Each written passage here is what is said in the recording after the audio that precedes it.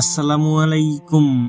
ভিডিওর প্রথমে যেই স্ট্যাটাস ভিডিওটা দেখতে পেয়েছেন, এইরকম স্ট্যাটাস ভিডিও পছন্দের যে কারো ছবি দিয়ে খুব সহজে তৈরি করতে পারবেন।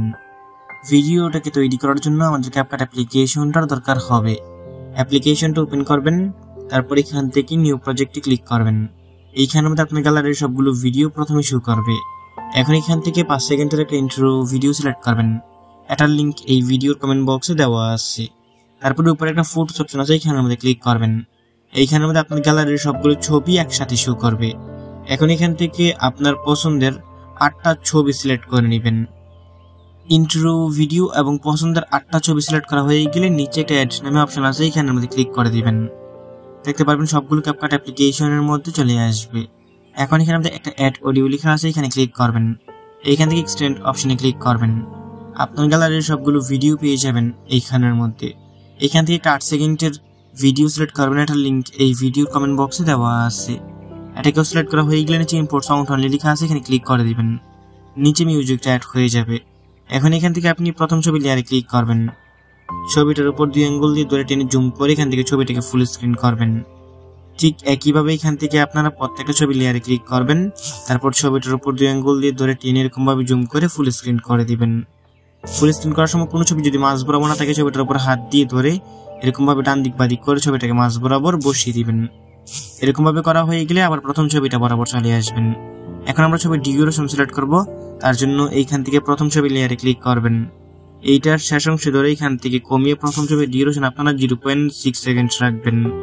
তারপর এখান থেকে বাকি যতগুলো ছবি আছে সবগুলো আপনারা 0.5 সেকেন্ড করে রাখবেন। এইরকম ভাবে করা হয়ে গেলে এখান থেকে আপনারা নিচে লেয়ারটাকে 2 আঙ্গুল দিয়ে ধরে টেনে একটু জুম করে নেবেন, আমাদের এডিটিং করতে সুবিধা হবে। এখন এখান থেকে আবার প্রথম ছবিটা বরাবর আসবেন। ছবির মধ্যে আমরা এখন অ্যানিমেশন সিলেক্ট করব। তার জন্য এখান থেকে প্রথম ছবি লেয়ারে ক্লিক করবেন। নিচে অ্যানিমেশন অপশন আছে, এখান থেকে আপনারা অ্যানিমেশনে ক্লিক করবেন।